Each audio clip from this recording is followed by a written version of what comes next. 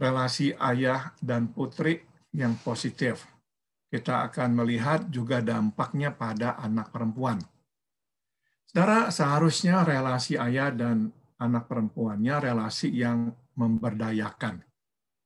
Artinya, mengakui kelemahan, sudah tentu anak perempuan ataupun anak laki mempunyai kelemahannya masing-masing.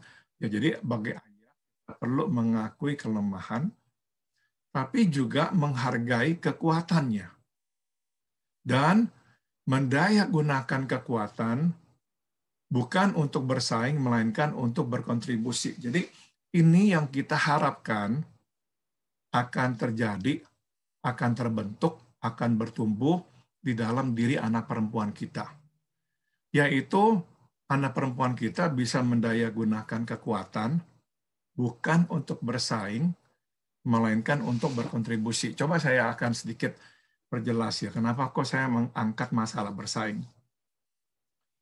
Saudara sudah tentu persaingan ini ya menjadi masalah kita bersama, pria maupun perempuan. Tapi saudara, secara personal, bukannya prestasi atau karya, perempuan memang seringkali lebih mudah terseret di dalam ajang persaingan. Lebih mudah, saudara. Saudara mungkin pernah mendengar anak perempuan berkata demikian kepada saudara, saya lebih suka berteman dengan anak laki-laki. Sebab kalau saya berteman dengan laki-laki, lebih bebas. Saya tidak rasakan adanya tuntutan untuk bersaing. Tapi kalau saya ini berteman, bersahabat dengan anak-anak perempuan, saya merasakan adanya tekanan untuk bersaing. Sebab rasanya mereka itu tuh maunya bersaing aja. Nah, jadi saudara, saya kira ada benarnya bahwa memang perempuan lebih mudah terjerat ke dalam ajang persaingan yang personal. Laki-laki juga ada persaingan, namun mendasari persaingan itu atas karya atau prestasinya, atau istilah lebih awamnya pekerjaannya. Nah, saudara, tapi kalau pribadi saya ini lebih baik daripada kamu, itu memang cenderung lebih dirasakan dan digumuli oleh perempuan. Nah, jadi tugas kita sebagai ayah memberdayakan anak perempuan dengan cara mengakui kelemahan dia, jangan sungkan ya untuk mengatakan pada anak perempuan kita inilah kelemahanmu, tapi menekankan dan menghargai kekuatannya. Dan yang terpenting adalah mendorongnya, mengajarkannya untuk mendayagunakan kekuatan yang dimilikinya bukan untuk bersaing, bukan untuk mengalahkan orang, melainkan untuk berkontribusi. Jadi selalu tekankan hal ini dengan berkat yang kau miliki, dengan karunia yang Tuhan berikan kepadamu, kamu bisa memberi kontribusi ini nih. Nah, ini baik, ini penting nih. Jadi selalu tekankan pada kontribusi, bukan bersaing. Lebih baik daripada yang lainnya. Kedua, ayah juga memang harus menghormati anak perempuannya. Melihat dirinya berharga dan layak didengarkan dan dipertimbangkan. Jangan sampai sebagai ayah kita membedakan perlakuan kita kepada anak laki dan anak perempuan. Kepada anak laki kita lebih dengarkan, pertimbangannya lebih kita mau tahu, lebih kita tanyakan. Anak perempuan kita nggak begitu dengarkan, dia kasih saran ini itu, kita juga nggak mencari pertimbangannya. Jangan. Kita kalau mau ya menumbuhkan anak perempuan kita menjadi pribadi yang utuh dan mandiri, kita memang mesti menghargainya. Dan kita perlihatkan bahwa kita menghargainya lewat ya kita selalu mendengarkan yang dia katakan. Dan kita juga mencari, mau tahu pendapatnya. Sebab kita mau mempertimbangkan masukannya. Ini yang nanti menumbuhkan rasa berharga dalam diri anak perempuan kita. Akibatnya, anak perempuan kita tidak harus menarik perhatian dan bersaing untuk diperhatikan. Jadi, saudara, kenapa sebagian anak perempuan kok terlibat ya terseret di dalam arus menarik perhatian. Sebab pada dasarnya tidak merasa diri berharga. Sudah tentu ya seringkali menarik perhatian dari pria. Dan juga harus bersaing di antara mereka sesama perempuan supaya dilihat, dilirik, dihargai. Nah, kita tidak mau anak perempuan kita bertumbuh menjadi pribadi yang terus akhirnya berupaya menarik perhatian atau maunya bersaing supaya diperhatikan. Nah, kita memulainya dengan cara ini ya, menghargainya, mendengarkannya, mempertimbangkan masukannya. Sambung lagi. Ayah juga perlu mengayomi. Supaya apa, saudara? Anak perempuan kita merasa aman, terlindungi, hingga tidak takut menghadapi perubahan dan sesuatu yang baru. Saudara, memang kita tahu secara fisik perempuan lebih mudah cemas, karena memang kita tahu juga detak jantung perempuan pada umumnya lebih cepat daripada laki-laki, sehingga mereka lebih mudah bereaksi terhadap ketegangan. Betul itu. Tapi saudara, bisa kita memang menambah, memperparah ketakutannya, kecemasannya. Karena kita sebagai ayah kurang memberikan perlindungan kepada anak. Ya, kita mesti memang berada di situ dengan dia. Kalau ada apa, kita berani untuk bersama dengan dia menghadapi apa yang mesti dihadapi. Nah, dengan cara itu, anak perempuan kita akan merasa aman. Saudara, saya mesti menceritakan pengalaman ini ya, yang memalukan saya. Saya masih ingat sekali, waktu itu anak saya yang perempuan mungkin sekitar usia 8-9 tahun, kelas 2, kelas 3. Nah, saudara, saya seharusnya mengantar dia ke sekolah itu. Tapi saya itu tuh terlambat, yang terlambat saya. Ya, jadi saya itu yang memang kurang memperhatikan jam sehingga akhirnya saya terlambat. Nah, begitu saya tiba di sekolah, mau masuk ke ruangan kelas, si guru berkata kepada anak perempuan saya, kamu harus ke kantor kepala sekolah. Nah, jadi saya bawa dia ke kantor kepala sekolah. Apa mau dikata, dalam ruangan kepala sekolah itu ada si kepala sekolah, SD, bersama dengan beberapa guru di situ. Saudara, secara mendadak, saya ini yang udah tua bangka, merasa diri seperti anak kecil loh, seperti anak SD, menghadapi guru-guru itu tuh. Walaupun badan saya lebih besar daripada guru-guru itu sebetulnya. Tapi tiba-tiba saya merasa, saya ini masih kayak anak kecil. Nah, yang memalukannya adalah waktu si guru ini menandatangani surat untuk dia bisa masuk ke kelas, guru ini berkata, kenapa tadi terlambat? Jangan terlambat ya, lain kali ya. Anak saya diem aja. Saya kebawelan dan ketakutan, kecemasan berkata begini, ya Bu, maaf Bu, tadi anak saya memang terlambat. Gila nggak saudara-saudara? Udah jadi pendeta lagi, udah ngerti psikologi, masih bisa ketakutan begitu sama guru. Saya tiba-tiba berbohong loh kepada guru-guru anak saya. Bahwa saya itu tuh sebetulnya nggak terlambat, yang terlambat itu anak saya. Saudara, anak saya diam aja. Nah, saudara mungkin bisa menerka kenapa saya masih ingat sampai sekarang, karena rasanya saya masih tetap bersalah sampai sekarang. Walaupun anak saya mungkin udah nggak ingat lagi peristiwanya. Saya masih ingat karena saya malu sekali dengan diri saya. Nah, ini contoh yang saya mau bagikan kepada saudara, di mana saya sebagai ayah gagal melindungi dia. Saya gagal mengayomi dia. Nah, saudara, kegagalan ini kalau berlangsung terus-menerus, akan memang menciptakan rasa takut atau cemas dalam diri anak kita. Ya, puji Tuhan, anak kami ya biasa, oke. Tapi kalau ini saya terus lakukan, udah tentu akan memberikan dampak yang buruk pada perkembangannya. Nah, jadi ayah perlu mengayomi, hadir di dalam diri si anak, dan juga mendampingi si anak, terutama menghadapi kesulitan, tantangan, ketakutannya, dan memberikan ketenangan, kestabilan, sehingga anak itu bisa bertumbuh dengan sejahtera. Akhirnya, di dalam kesejahteraan ini, anak perempuan bisa mempercayai orang, baik pria maupun wanita. Sebaliknya, kalau dia mengembangkan ketakutan, nggak bisa ya, akhirnya tuh dia percaya pada orang. Sebab dia selalu was-was. Takut nanti orang berbuat apa-apa yang nggak baik kepadanya. Jadi penting ya kita sebagai ayah mengayomi.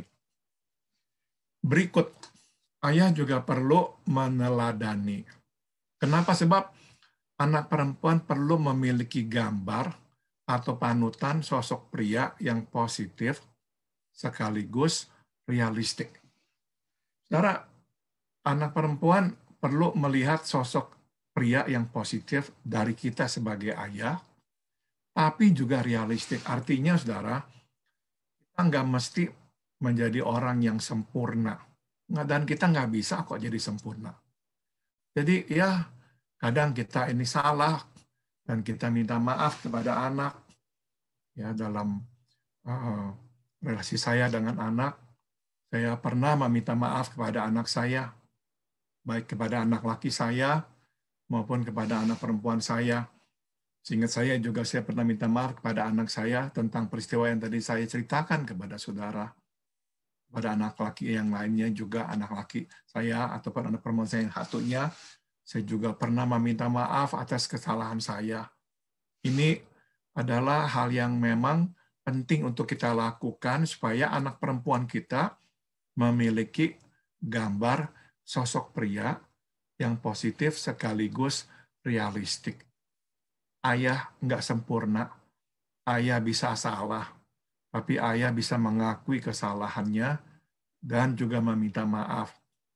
Nah, akhirnya saudara, karena teladan yang baik ini, positif ini, anak perempuan mengerti bagaimana berelasi dan merasa nyaman dalam berelasi dengan pria. Jadi kalau anak perempuan tidak memiliki gambar atau panutan sosok pria yang positif sekaligus realistik, dia akan kesulitan berelasi dengan pria. Dan kalaupun berelasi, tidak merasa nyaman. Selalu rasanya itu kagok berelasi dengan pria. Nah, dia bisa apa tidak berelasi dan nyaman berelasi dengan pria, sebetulnya sangat bergantung pada relasinya dengan kita. Sambung lagi. Ayah juga perlu menerima. Artinya, bukan saja menerima, oh ini anak perempuan, tapi juga merayakan kewanitaannya. Saudara, stop dulu ya, sebelum saya sambung. Saudara, di dalam budaya tertentu, perempuan memang tidak terlalu diharapkan. Ya, karena, saudara, ada yang memang menganggap mempunyai anak perempuan itu rugi. Sebab nanti udah besar, ya dibawa oleh suaminya. Nah, ini konsep yang saya nggak mengerti kenapa kok bisa bertahan begitu lama di dalam kelompok orang-orang tertentu ya. Sebab ini yang saya lihat, saudara, berkali-kali, bukan sekali. Di hari tua yang merawat orang tua itu anak perempuan. Sekarang ini mertua saya berbaring di ranjang, sudah hampir 4 bulan sejak jatuh. Memang sudah usia 90-an tahun. Nah, istri saya setiap hari ke sana, menjaga, merawat papanya selama berjam-jam. Ya, ada mamanya di sana, ada juga keponakannya, tapi tetap dia datang ke sana setiap hari. Dan ini saya saksikan berulang kali. Yang nanti merawat orang tua itu anak perempuan. Ya, kalau kita berkata, oh anak laki kita yang membiayai, iya, tapi nanti yang merawat kita mantu kita yang perempuan juga. Jadi ujung-ujungnya perempuan yang merawat kita. Jadi saya memang susah mengerti kalau ada orang yang susah menerima anak perempuan. seolah-olah kerugian punya anak perempuan. Bukan, keuntungan. Ya, justru mendapatkan betapa banyak berkat lewat atau dari anak perempuan. Nah, saudara, tapi ya ada orang yang masih mempunyai konsep seperti itu. Nah, jangan sampai kita mempunyai konsep seperti itu. Kita menerimanya, mensyukurinya, tapi sekaligus merayakan kewanitaannya. Artinya, saudara, kita senang bahwa dia adalah wanita. Jangan sampai kita ini diam-diam punya proyek tersembunyi. Mau mengubah anak perempuan kita menjadi laki-laki. Jangan ya. Ada orang tua atau ayah yang begitu, saudara. Diam-diam menyuruh anaknya, mengkondisikan anaknya, membentuk anak perempuannya menjadi laki-laki. Nah, saudara, saya juga harus katakan ini. Ini bukan hanya dilakukan oleh ayah loh. Kadang dilakukan oleh ibu pula. Sebab ada ibu-ibu yang nggak suka dengan kodratnya sebagai perempuan. Mungkin ya mengalami kepahitan lah sebagai anak perempuan atau sebagai seorang perempuan. Jadi berharap-harap anaknya itu laki-laki bukan perempuan. Nah, akhirnya dapat perempuan, ya anak itu didorong, dibuatkan, kondisikan supaya menjadi laki-laki. Atau kalaupun nggak didandani sebagai laki-laki, diajari selalu. Jangan sampai bodoh kamu, dibodohi sama laki-laki.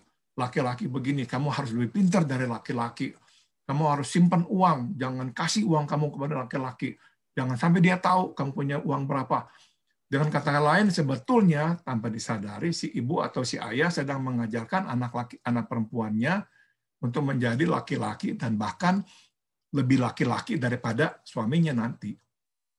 Nah, kita nggak boleh begitu. Kalau kita begitu, berarti kita memang nggak merayakan kewanitaannya. Maka kita berusaha mengubahnya menjadi laki-laki. Jadi singkat kata,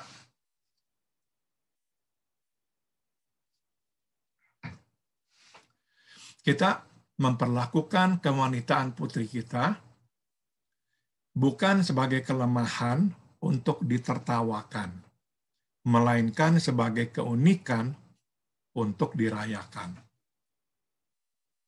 Jadi misalnya nih ya, anak perempuan kita meneteskan air mata sewaktu menonton film. Kita jangan tertawai dia, cengeng kamu, gitu aja nangis. Atau kita nggak mengatakannya kepada anak perempuan kita mengatakannya kepada istri kita, kamu cengeng, gitu aja nangis. Nah, si anak yang dengar papanya mengatai mamanya cengeng nonton film, lama-lama membangun sebuah keyakinan atau membangun sebuah tekad. Saya nggak boleh cengeng. Sebab kalau saya cengeng, saya akan menjadi bahan tertawaan laki-laki. Nah, jangan ya kita memperlakukan anak perempuan kita seperti itu. Kelemahan yang untuk ditertawakan. Oh tidak. Kewanitaannya sebagai keunikan untuk dirayakan. Perempuan unik.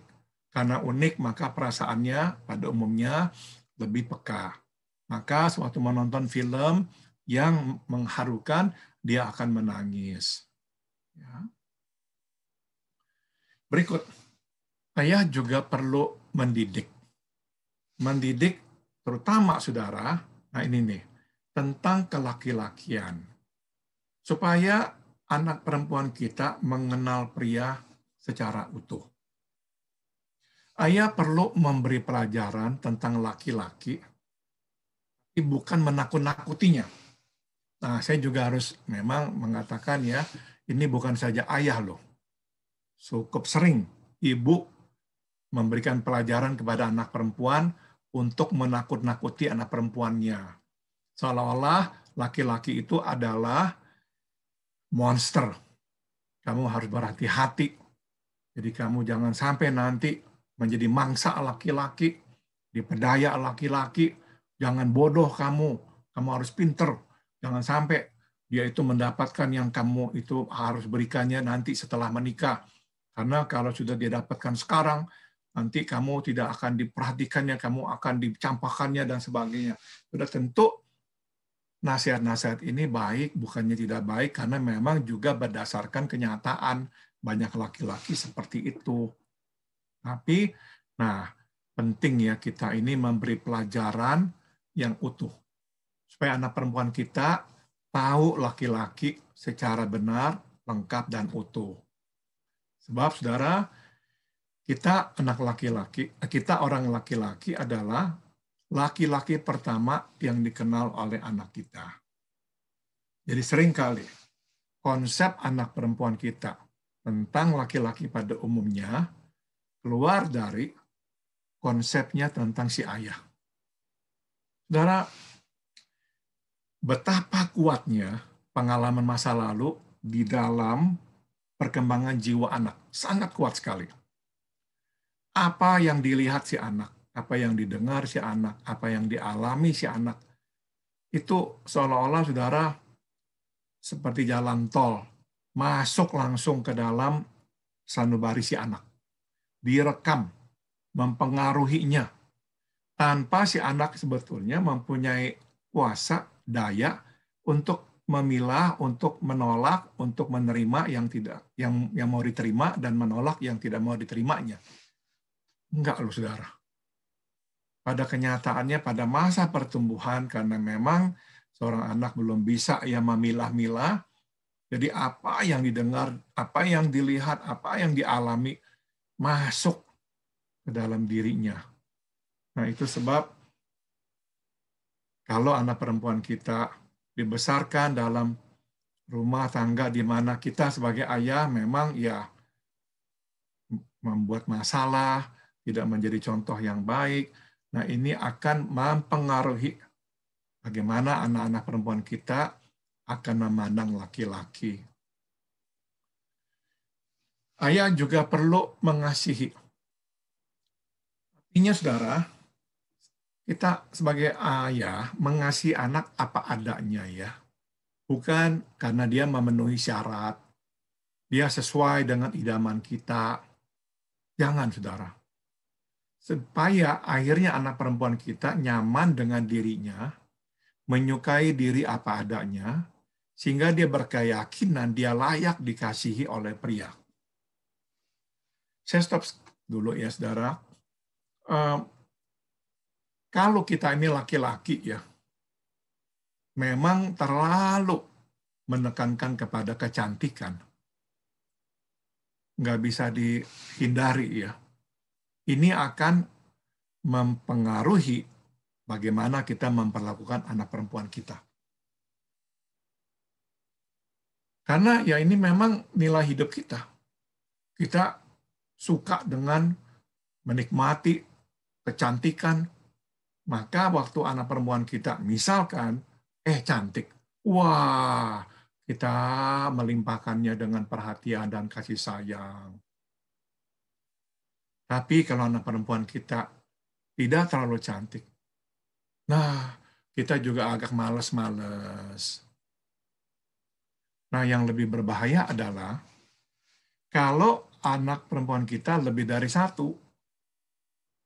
Nah, yang satu kita limpahkan kasih dan perhatian. Yang satu kurang. Kita berikan perhatian dan kasih. Nah, saudara, nggak bisa enggak. Yang kurang itu akan nantinya bertumbuh besar, berkeyakinan, saya tidak layak dikasihi pria. Ya. Nah, ini saya juga harus katakan, ibu juga seringkali ya mempunyai andil di sini. Saya tahu kadang-kadang bukan hanya ayah, tapi ibu juga terlalu memperhatikan bentuk tubuh anak perempuannya. Jadi kalau makan dipelototi. Sedikit kebanyakan ditegur. Belum berolahraga ditegur. Nah, saudara, perhatian yang berlebihan terhadap bentuk tubuh seringkali nantinya mempengaruhi bagaimanakah si anak perempuan itu melihat dirinya. Apakah dia orang yang layak dikasihi, berharga, ya, menarik, layak diperhatikan, begitu, saudara. Nah, jadi ini penting sekali ya. Nah, nantinya, saudara, kalau si ayah berhasil ya memberi perhatian tanpa syarat kepada anak perempuannya, mengasihi anak perempuan apa adanya. Nah, kita sebetulnya itu sedang berinvestasi sesuatu yang sangat besar. Nanti si anak perempuan ini sudah besar, dia akan dapat mengasihi pasangannya melalui kasih yang diterimanya dari ayah. Karena waktu dia masih dalam tahap pertumbuhan, dia menerima kasih yang tanpa syarat dari ayah kepadanya. Nah, nanti dia merasa dirinya berharga, layak dikasihi oleh pria, dia bertemu dengan pasangannya, suaminya, dia akan bisa melimpahkan kasih seperti yang diterimanya dulu dari ayahnya kepada suaminya. Jadi saudara, kita bisa memang sedikit berkata, sedikit ini ya menyimpang ya, berkata begini, berbahagialah suami yang menikah dengan istri, yang istrinya itu dibesarkan oleh ayah yang mengasihinya tanpa syarat dan ada di dalam perkembangannya secara konstan. Ini benar-benar investasi super besar. Dan nanti suaminya itu tuh akan benar-benar ya diuntungkan oleh istri yang seperti ini. Sambung lagi.